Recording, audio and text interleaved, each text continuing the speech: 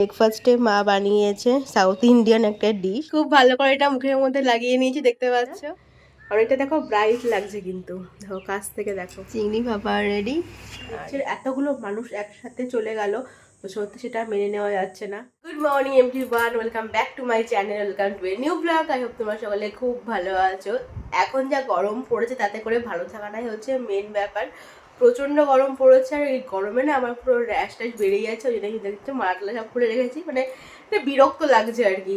আর খুব একটা জানালা খুলছি না, কারণ বেশি আর কি গরম হয়ে যাচ্ছে ঘরটা, ওই জন্য যতটা পারছি জানালা সব লাগিয়ে রেখেছি। এদিকে আমার বেডটা ক্লিন করা হয়ে গেছে। তো চলো আজকে ব্লগটা দেখে দেখতে থাকো, আর তোমাদের আজকে ব্লগটা দেখতে বেশ ভালো লাগবে। সকাল থেকে তো অনেক কিছুই ভাবছি, না সকালে উঠে এটা করব ওটা করব সেটা করব, কিন্তু সকালে উঠে যেই এই গরমটা শুরু হচ্ছে না, আবার মানে কোথাও গিয়ে কোনো কিছু আর করা হচ্ছে না, বিরক্ত একটা কাজ করছে, ভালো লাগছে না কিছু করতে, কোনো এনার্জি পাওয়া যাচ্ছে না। যাই হোক, এখন গিয়ে ব্রেকফাস্ট করি। আজকে আমার ব্রেকফাস্টে আছে শসা আর হচ্ছে বয়েল এগ। এই হচ্ছে বাইরের পরিস্থিতি, পুরো খা রোদ, আকাশে মেঘের কোনো দেখা নেই, বৃষ্টিও নেই, কিচ্ছু না। দিনগুলো যে কীভাবে কাটছে, কোনো মেঘ নেই, দেখো আকাশে এরকম খা রোদ বাইরে। আর এখানে আমার দশা হচ্ছে ঠিক এই রকম, ভোল্টেজ নেই ঠিকঠাক, ওই পাখাটা না চলছে না বললেই ভালো, ওই হালকা করে চলছে পাখাটা, ভোল্টেজ নেই ঠিকঠাক, তারপরে এরকম আমি দর করে ঘামছি। আজকে আমাদের গরমের লাঞ্চের মেনুতে ঠিক আছে তোমাদের একটু দেখিয়ে দিই। করলা ভাজা, এখানে আছে তিলের বড়া, আর এখানে আছে কলাই ডাল, আর পুঁই শাকের তরকারি। দুপুরবেলা খাওয়া দাওয়া করে তারপর একটু রেস্ট করছিলাম, এখন রোদটা কমতে এখন একটু ছাদে এলাম ঘুরতে। তো খাওয়া দাওয়ার পর যখন ফোন কল করছিলাম, হঠাৎ করেই আমার হাতটা থেমে গেল। মর্মান্তিক এক দুর্ঘটনার সামনে এলো, আহমেদাবাদের প্লেন ক্র্যাশ, যেটা দেখেই আমার প্রথমে গা কাটা দিয়ে উঠলো। কি মর্মান্তিক দুর্ঘটনা, বহু লোকে মারা গিয়েছে। প্লেনটা নাকি 12 বছরের পুরনো ছিল, তবে 12 বছরের পুরনো প্লেন চালানো যায় এরকম। 238 জন প্যাসেঞ্জারের ট্রেন ছিল, ট্রেন বলছি, প্লেন ছিল। তো প্রচণ্ড একটা মর্মান্তিক দুর্ঘটনা।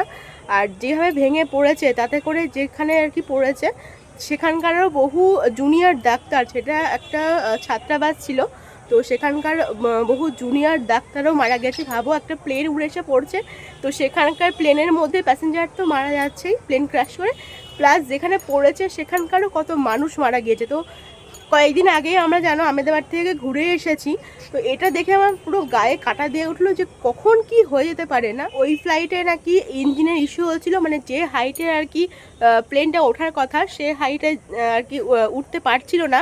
তো পাইলট নাকি জানিয়েছিল, তো তারপরে কোনো কিছু কারণে আর কি সেটা ঠিক করা হয়নি। তো তারপরেই এই হয়তো কোনো গাফিলতি ছিল কি না ছিল, সব কিছু এখনও খবর পাইনি। তো এইসব তো নিউজ থেকেই খবর পাওয়া, খবরে দেখছি এইসব, সেটাই। কয়েকদিন আগেই আমরা যেখান থেকে ঘুরে এলাম, আহমেদাবাদ এয়ারপোর্টের কাছেই একদম প্লেনটা ক্র্যাশ করেছে। তো এটা একটা বিশাল বড় একটা মর্মান্তিক দুর্ঘটনা। এর আগে প্লেন ক্র্যাশ করেছে, কিন্তু এতজন মানে একসঙ্গে মৃত্যু বা এত বড় একটা প্লেন ক্র্যাশ এর আগে হয়নি। এটা নাকি সবচেয়ে বড় প্লেন ক্র্যাশ, তার সঙ্গে এত মানুষের প্রাণ হারানো, মানে সত্যি মানে ভাবা যাচ্ছে না। এখন যেখানেই বলো না কেন, কার বলো, বাস বলো, ট্রেন বলো, প্লেন বলো, যতক্ষণ না আমি আর কি সেটা থেকে নামতে পারছি ততক্ষণ পর্যন্ত বিশ্বাস হয় না এই আমি আছি, এই হয়তো নেই, এরকম ব্যাপার। তো লাইফটা এখন সেরকমই হয়ে দাঁড়িয়েছে। আকাশে ভালো মেঘ, বুঝতে পারছো, একদম এদিকে অন্ধকার অন্ধকার হয়ে গেছে, ওই জন্য আর কি কালো কালো আসছিল। তো আমি এদিকে ফ্ল্যাশটা জ্বালিয়েছি, তারপরে তোমাদের সঙ্গে কথা বলছি। সন্ধ্যাবেলা ছাদে ঘুরতে ঘুরতে পশ্চিম দিকের এই আকাশটা দেখতে খুব সুন্দর লাগে, দেখো কি সুন্দর লাগছে। তবে একটু বৃষ্টি হলে বেশি খুশি হতাম, এখন যা গরম পড়েছে সত্যি করে একটু বৃষ্টি দরকার। Good morning everyone, next day. প্রতিদিনকার মতনই আজকে ভীষণ রোদ, সকাল থেকেই খবর তো শুনছি যে এই বৃষ্টি নামবে বৃষ্টি নামবে, হালকা হালকা মেঘও হলো, কিন্তু বৃষ্টি কিছু নাই। প্রচণ্ড গরম, রোদ যেরকম কদিন ধরে পড়ছে, তাদের বৃষ্টিটা খুবই দরকার। যাই হোক, ফ্রেশ ট্রেশ হয়ে চাটা খাওয়া আমাদের হয়ে গেছে, আর এখন দিনগুলো এমনভাবে কাটছে না, তোমাদের আলাদা করে কিছু দেখানোর নেই, মানে এখন দিনগুলো পুরো ঘরের মধ্যেই কাটছে, ঘরের থেকে তো বেরোনোর নেই, কোথাও যাওয়ারও নেই, আর তোমাদের দেখানোরও নেই। তো ঘরের মধ্যেই টুকিটাকি অ্যাক্টিভিটিস, কাজকর্ম, খাওয়া দাওয়া, রান্নাবান্না, মানে প্রতিদিনকার যেরকম আর কি জীবন কাটে সেইভাবে আর কি ঘরের মধ্যে থাকার বেশি চেষ্টা করছি, কারণ বাইরে প্রচণ্ড রোদ গরম, তো ঘরের মধ্যে যতটা পারছি এইভাবে আছি আর কি। আজকে ব্রেকফাস্টে মা বানিয়েছে সাউথ ইন্ডিয়ান একটা ডিশ, ধোসা টাইপ আর কি। তো ওপরেরটা হচ্ছে তোমার ওই কালকে রাত্রে ভিজিয়ে রেখেছিল ডাল চালের গুঁড়ো, তো সেগুলো বেটে নিয়ে সকালে তো এইগুলো বানিয়েছে, আর ভেতরে একটা আলুর পুরো দিয়েছে দেখতে পাচ্ছি। এই যে সেন্ট ভালো বেরোচ্ছে, হেলদি ব্রেকফাস্ট। এই যে টিফিন বক্সে করে চিংড়ি ভাপা, এখন এর মধ্যে যাবে সর্ষের তেল।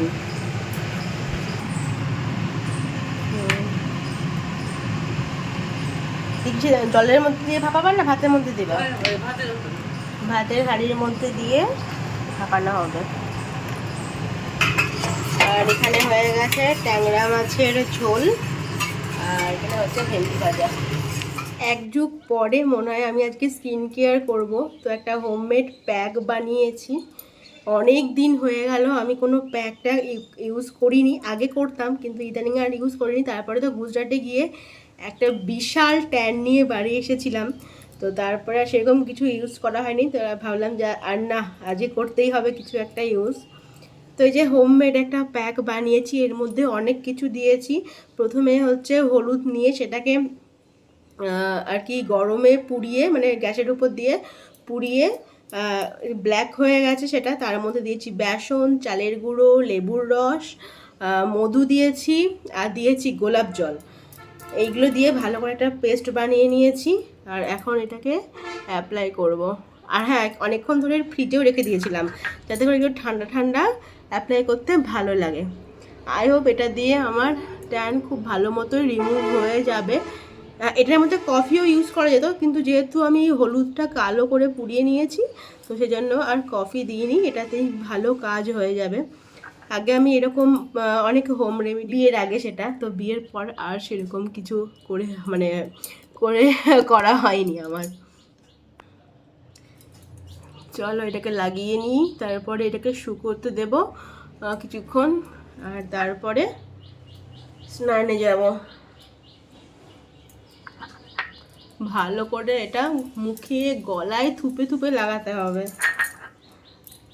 যে হারে আমার সত্যি আমার গুজরাটে গিয়ে যে হারে ট্যান পড়েছিল, কিছুটা মানে এমনি উঠে গেছে এমনি এমনি, আর তারপরে যেটা আর কি পড়েছিল মানে বিশাল হারে একটা ট্যান পড়ে গেছিলো, পুরো প্যাচ হয়ে গেছিলো, দুটো শেড আমি দেখতে পাচ্ছিলাম নিজের চোখে।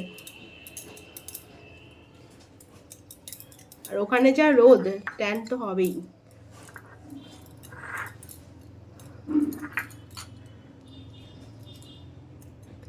ভালো করে লাগিয়ে নিই, তারপরে পরে দেখা হচ্ছে।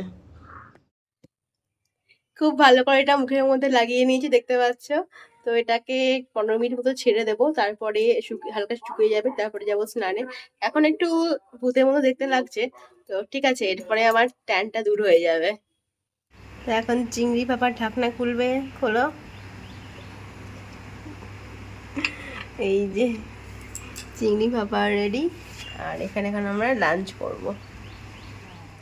স্নান টান সেরে লাঞ্চ করে চলে এসেছি, অ্যান্ড দেখো এখন স্কিনটা কতটা চেঞ্জ লাগছে, অনেকটা ডিফারেন্স লাগছে তাই না? অনেকটা দেখো ব্রাইট লাগছে, কিন্তু দেখো কাছ থেকে দেখো বোঝা যায়, ভালোই বোঝা যায়।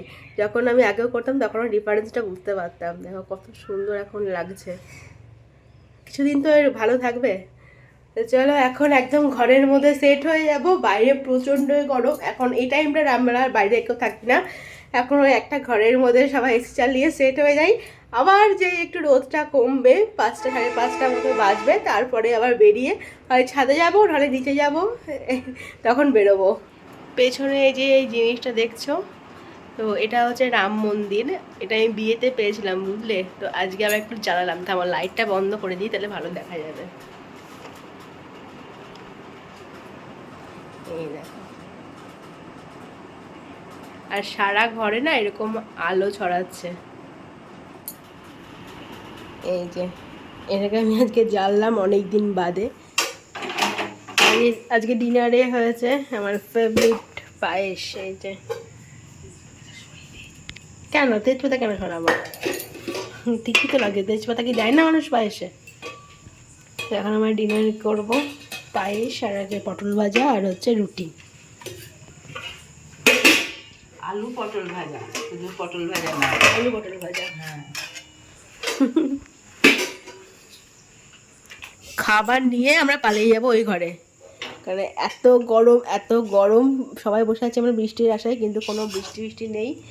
এত গরমে পারা যাচ্ছে না বসতে ডাইনিং টেবিলে, সেই জন্য আমরা খাবার নিয়ে দৌড় দেবো এই ঘরে।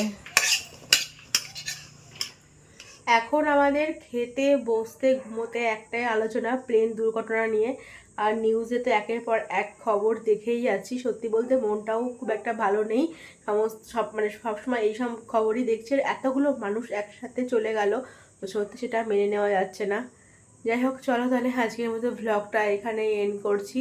তোমাদের সঙ্গে দেখা হচ্ছে অন্য একটা ভ্লগে। সবাই ভালো থেকো, সাবধানে থেকো, এখনকার মতো গুড নাইট, টাটা।